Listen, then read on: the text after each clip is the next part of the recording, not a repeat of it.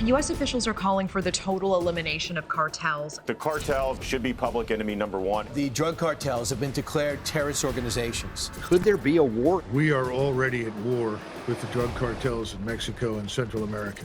It's a drug and crime war. Well, President Trump is trying to protect the United States from the drug cartels and other nefarious organizations by designating them as terrorist groups. But what exactly will change? Could we, for example, see the United States bombing targets inside of Mexico? Will Trump deploy America's special forces to kill drug dealers overseas? We'll hear from the experts in just a moment. These criminal organizations are killers, extortionists, rapists, and kidnappers. A lot of this issue that we're dealing with, I will say this, has been self-created. This is supposed to be war against cartels that really appears to be more a war against poor people. But first, a quick look at why Trump is taking this drastic action against the cartels. The drug cartels are waging war in America, and it's now time for America to wage war on the cartels. It will be the policy of the United States to take down the cartels, just as we took down ISIS. If Donald Trump and the Republican Party want to dominate for the next 4 years, destroy the cartels. President Trump following through on his promise to make border security a priority. The most ruthless and dangerous organizations on planet Earth, like the Sinaloa cartel, like the Mexican mafia. These are organizations that are being designated as foreign terrorist organizations. This is actually an executive order designating the cartels and other organizations to be foreign terrorist organizations. That's a big one. So they are now designated as terrorist organizations, foreign, and Mexico probably doesn't want that, but we have to do what's right. Here's a warning to the cartels. You were designated as terrorist organizations. There's going to be hell to pay. We got 500,000 children who are sex trafficked into this country, separated from their families, put in the hands of criminal cartels. The Trump administration is going to take them on, and we're going to destroy them. He's actually enforcing the laws that should have been enforced 4 years ago. It sends a strong message to these cartels, to Mexico, that we are done. It's a multi-billion-dollar industry, so these cartels are going to want to continue doing that business, and their tactics are just going to get more dangerous. The cartels are reaching out to young people on Snapchat, Facebook, Instagram, and recruiting thousands of young people. Officials say cartel members near Brownsville have been placing explosives along the roadway. Mexico, they've got a very troubling relationship with the cartels, and they need to do more to secure their side of the border. And yeah, now I've got a bulletproof vest down here for me and my team because we don't know what we're going to encounter. We don't know how the cartel is going to be operating. So I think a lot of what is going on right now is they want people to be scared so that Trump can come in and pretend like he's doing something. Now the left, via the New York Times, is running articles saying that, hey, maybe we shouldn't go after the cartels because this could hurt the U.S. economy. President Trump can invoke the Insurrection Act, which would then allow the U.S. military to perform those law enforcement functions like arrests, searches, and seizures. This is a game changer. We will finally succeed and have an operational control of our southern border. Do I expect violence to escalate? Absolutely. Go after the cartels and focus on more criminals. I think once we're able to reach that and accomplish that, then we can say 100% that mission is accomplished. Okay, let's bring in our guest now. And today we are joined by Victor Avila, a former ICE agent who is running for the Republican nomination to represent Texas in Congress. We also have Jonathan Gilliam, a former Navy SEAL and FBI agent. And finally, Oswaldo Zavala, author of Drug Cartels Do Not Exist. So as you can probably tell, two people here support the executive order, and Oswaldo on the right there doesn't. But let's give Victor an opportunity to defend it first of all. Why is this executive order helpful? It's very helpful, and it's way overdue, I believe. I've been an advocate to designate the cartels as terrorist organizations for a very long, long time, and I'm glad that President Trump finally did it. Why? What's going to happen? They're going to be coming at them very differently, even than when I was a special agent with ICE and the investigations. They have killed hundreds of thousands of Americans responsible for the poison that they continue to bring into our country. I'm talking about fentanyl. I'm talking about human trafficking. I'm talking about human smuggling and many, many other illicit activities that the cartels are involved with, money laundering, and we could go down the list and talk about that for hours. but the impact that they've had in our interior enforcement, not just at the border, but in the interior of our country, has gone way out of hand. The designation now allows the United States government to bring in DoD resources, bring additional types of enforcement action, like seizing all their property, seizing all their assets, their bank accounts, their boats, their houses, everything that they have that they've acquired with this illicit activity. So it's a game changer. And moving forward, a lot of people think about military interaction, and is it going to happen? Well, at least now it's on the table if we need to move forward in that direction. Well, Jonathan, Gilliam, that brings you in neatly. You are a former Navy SEAL. Do you think that the Special Forces could now, as a result of designating them as terrorists, be used against them? Sure, and as Victor was saying there, what happens when you designate a group as a terrorist organization, you open up all of the assets that the government has, which includes the U.S. military. But if they do it correctly, it's really going to be worked more like a white-collar criminal case in this, as opposed to an ideological terrorist group. This is a business. The cartels are a business. And so when we look at it from a criminal white-collar standpoint, we can shut that business down if we build a wall, for instance, and we stop some of the avenues of approach that they bring their product into the country. But you also have to look at the fact that there are workers.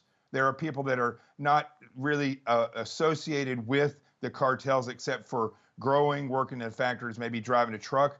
Then you have the soldiers. And these are the ones that would be directly targeted by our special forces, along with the capabilities of those businesses and the executives that run the cartels. And so it's a mixture of what we see, particularly with Iran, with ISIS, with Al-Qaeda, mixed with what we see in the FBI, for instance, when we deal with somebody like Bernie Madoff, where we look at their entire business structure.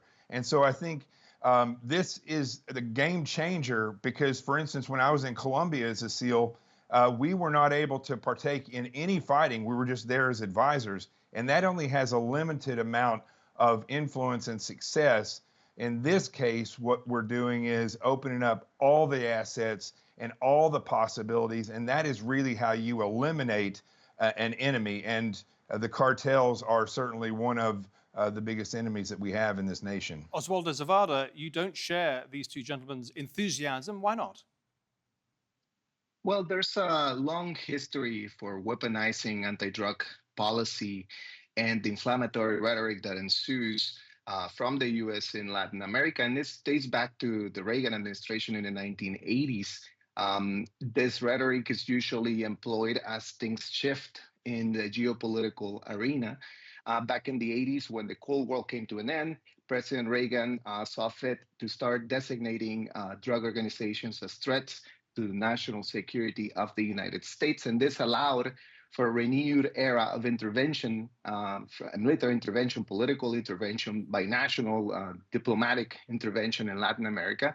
And President Trump's new designation is in keeping with this era of pressuring, of blackmailing, and frankly extorting that the U.S. employs against Mexico and other countries.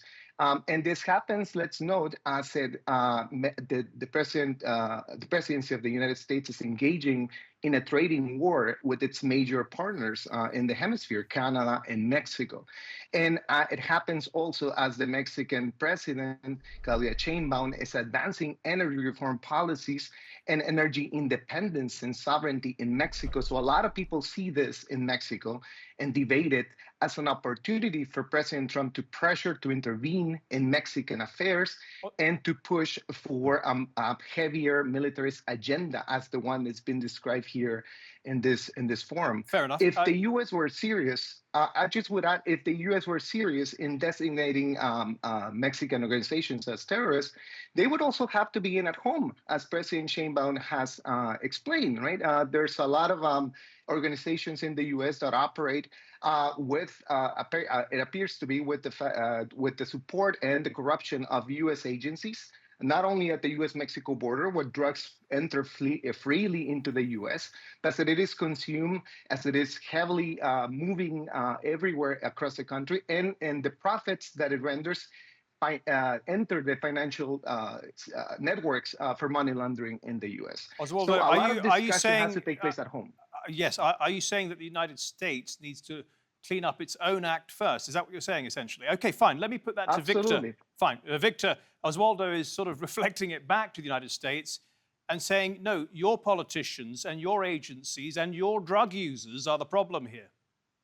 It's the one. I've heard this argument every time, even when I worked in Mexico. It's all our fault, right? We're the number one consumers of the drugs. We're the weapons coming from the U.S. and blah blah blah blah. And I've heard it over and over and over and over again. The thing is that these criminal organizations are killers, extortionists, rapists, and kidnappers. And as a matter of fact, Mexico, the Mexican citizens are sick and tired of being terrorized by these organizations. Let's put United States aside. Mexico wants them gone. They're infiltrated their government. As a matter of fact, as we were talking, Claudia Sheinbaum, the president of Mexico, just agreed to send 10,000 troops of her Mexican troops to the border after getting off the phone with President Trump. They understand. They know that this problem has existed for a long time. Their own people are hurting. Everyone hurts. When you clean up the cartels, it benefits the all countries, including Canada. It would help in our public safety, our national security, and the United States citizens are sick and tired, frankly, of the crime that is associated with the cartels and illegal immigration in our country. And finally, we're going to finally do something about it. It should be the other way around. Mexico should embrace this and come together and work closely with the United States governments to finally eradicate these highly sophisticated organizations. By the way, the cartels are not drug gangs. These guys are not only present in the United States, but in 40 to 50 countries around the world. It's finally that we come together and take them out for the betterment of everyone. Jonathan, do you have hope that you can take them out? Or is it like so many criminal organizations and indeed even terrorist movements, you cut the head off, another grows up immediately behind it? Well, that seems to have been the problem that we've had since World War II, is that we don't eliminate the enemy. We just take the people at the top out, and then we create a vacuum that is filled with increasingly more aggressive and worse individuals. It's not Mexican groups that we're going after. It's cartels. And these individuals in the cartels, they're not any more loyal to the Mexican government or the Mexican people as they are the United States. They're loyal to money and they're loyal to their product. And so I would say that a lot of this issue that we're dealing with, I will say this, has been self-created. When we took out the cartels in Colombia, we didn't eliminate the enemy. We just took out the leaders, and that creates a bigger vacuum. You know, after World War II, we went from the Department of War to the Department of Defense, and that was a progressive movement where, from that point forward, whether it's the Department of Defense, whether it is our intelligence agencies or the overall government, we don't look at an enemy as something we should eliminate. We look at them as though we should push them back into the shadows. And it doesn't work with exterminating bugs. It doesn't work with an enemy, especially an enemy this technically advanced. Just need to bring in Oswaldo now. Oswaldo, just a final answer for this segment of the program. Victor mentioned that Mexico ought to embrace this executive order, and indeed they are sending 10,000 troops. Do you not agree with that? Mexico has already tried the militarization solution that is being offered here. It has tried it for several decades now, since President Calderon followed the pressure by President Bush and then President Obama to militarize the country.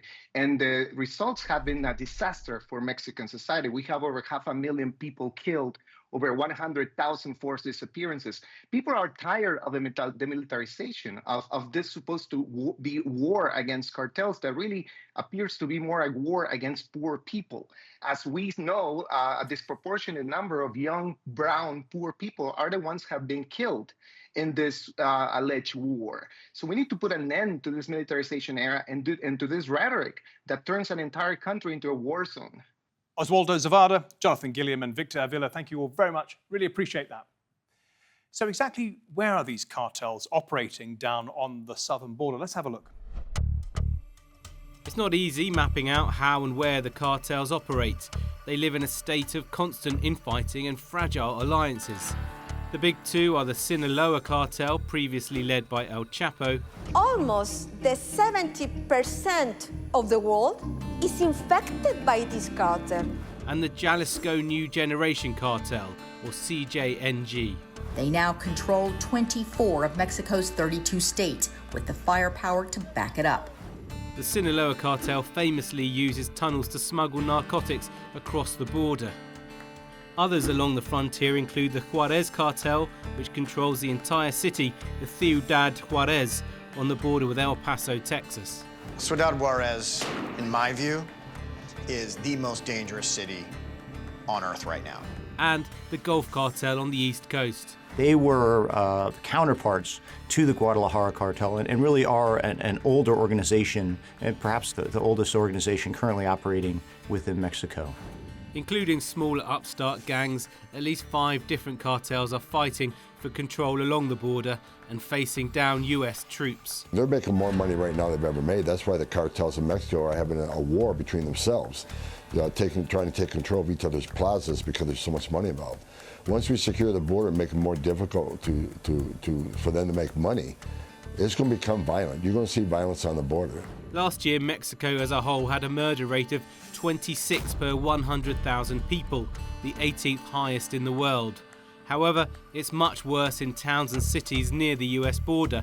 For example, it's around 58 in Juarez, 76 in Tijuana, and almost 116 per 100,000 in San Luis Rio, Colorado.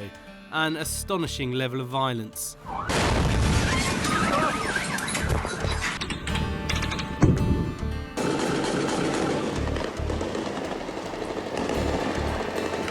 And all this spreads across to the US.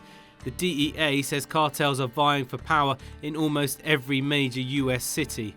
The Sinaloa cartel is most widespread in the US, dominating the north and southeast of the country, including New York and Florida, northern Texas, San Diego, LA and San Francisco, and even as far as Anchorage in Alaska.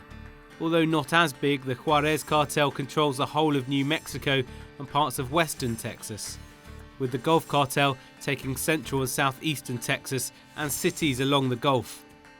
Their main businesses include drug and human trafficking, streaming drugs like fentanyl and illegal migrants over the border.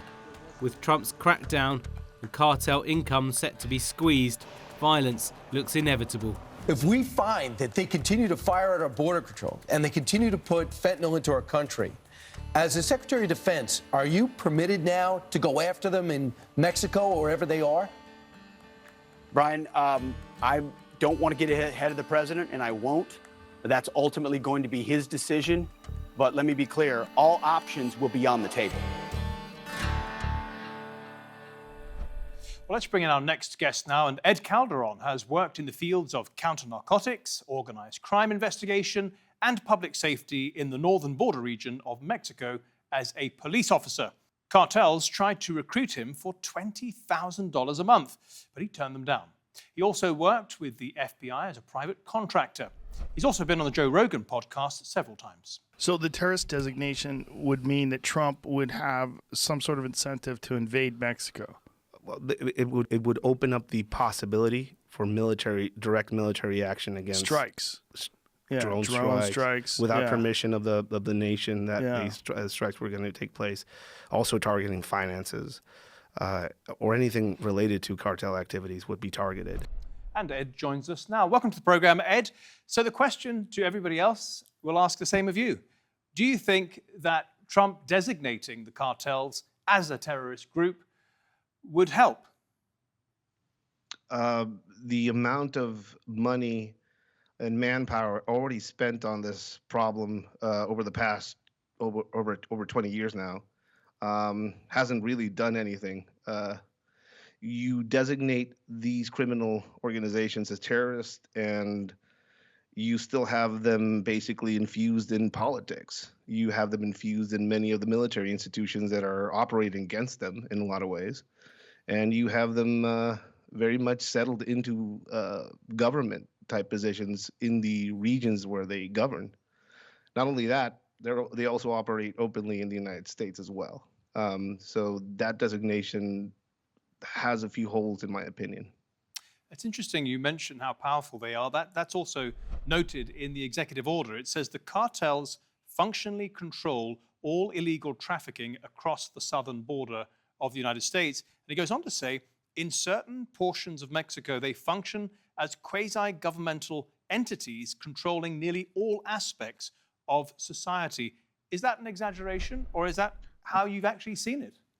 I've experienced driving down some pretty horrible roads that were built by the government in places like Sinaloa, and then all of a sudden the pavement was high quality, and that was sponsored by the Sinaloa cartel. I've seen schools built by them, hospitals. These organizations have been politicized for decades now. That's why you see all these political killings in Mexico, because each of these cartels have their candidates. So they're very much infused into society now. And has the current government under Claudia Sheinbaum actually decided to accommodate the cartels? Have they created some sort of truce with them where they decided to coexist? Or are they also taking the fight to the cartels? I think that truce was something that the former president of Mexico actually had. He had a policy of abrazos no balazos, hugs not bullets. I imagine that the arrest of the high-level cartel head El Mayo Zambada by the United States, and a lot of the things that he has probably put forth as evidence has something to do with this current detailed designation that the United States is now putting forth as far as the Mexican government being compromised. This current administration just started off a few months ago. This is a brand new federal administration, and they are going after everybody right now. It seems like an effort to not have them seem like they're have any sort of relationship or cooperation with some of these criminal organizations, but it seems like too little, too late. When you say they're going after everybody now, what do you mean? There's multiple cartels in Mexico. It's not just the Sinaloa cartel is probably something that is no longer existing per se. It's fragmented. There's a new generation cartel and many smaller cartels all across the country. It seems like the current administration has started to do efforts against all of them. We recently, Saturday, actually, we saw a coordinated drone attack by one of these cartels against military forces, including a brigadier general who was injured in the attack. So it seems like whatever agreement was there is now off. And I think it probably has to do with government pressure now to go after all of these organizations. And do you think the government pressure is actually coming from originally from Washington? I have a suspicion that a lot of these efforts started with the arrest of El Mayo Zambada and the fear of what he knows and who is on his ledger. This is a cartel figure that headed up and originated the Sinaloa cartel and has been operating for decades. Never arrested, never questioned once, and he probably has all the names and people that he's paid off over the years, including some of the ones in current administrations across the country in Mexico. Can I ask you about President Trump's other efforts to take on the cartels? For example, building the wall. Is it still a worthwhile project, given that the cartels can fly their drugs over the wall in drones? The cartels make a lot of money off different things that go across that border. One of their biggest money makers a few years running has been actually people paying their way across that border and charging basically travel rights to people and smugglers that are using the parts of the border they control. So it is a very large money maker in a lot of ways. Securing that border and building that border wall does not really do a lot for drugs, though, because Mexico is internationally known for its drug tunnels. There's somewhere in the vicinity of 50 to more drug tunnels operating across that border fence from sea to sea. It's not just the ability to go over it with drones, it's under it, through the ocean. And also a lot of those drugs are actually coming internationally and from different routes and venues. So it realistically, as far as a anti-drug implementation aspect, that border wall it's not going to be enough for that. Just in a word, though, would you still support it being built for other purposes, to stop or to slow down people trafficking? I'd say for people trafficking, yes. Right. It should be more of a humanitarian thing. But for drugs and being sold as a anti-drug feature, it's nonsensical. Just final question, Ed, as we run out of time. I know Joe Rogan asked you, if you were king of the world, what measures would you take to stop the drugs flowing into the United States? And it's such a difficult question. I think even with all your experience, you found it difficult to give a definitive answer. Yes. Right now, all I can say is this. Whatever efforts are being put forth against organized crime in Mexico has to include the government and the military, because both of them are clearly involved, and it's no longer a secret. Ed Calderon, thank you so much. Really appreciate it. And thank you at home and on your phones for watching. If you want to see this episode or any of our previous episodes, do go to our channel on YouTube. Just type in Nexus TRT World. Until next week then, goodbye.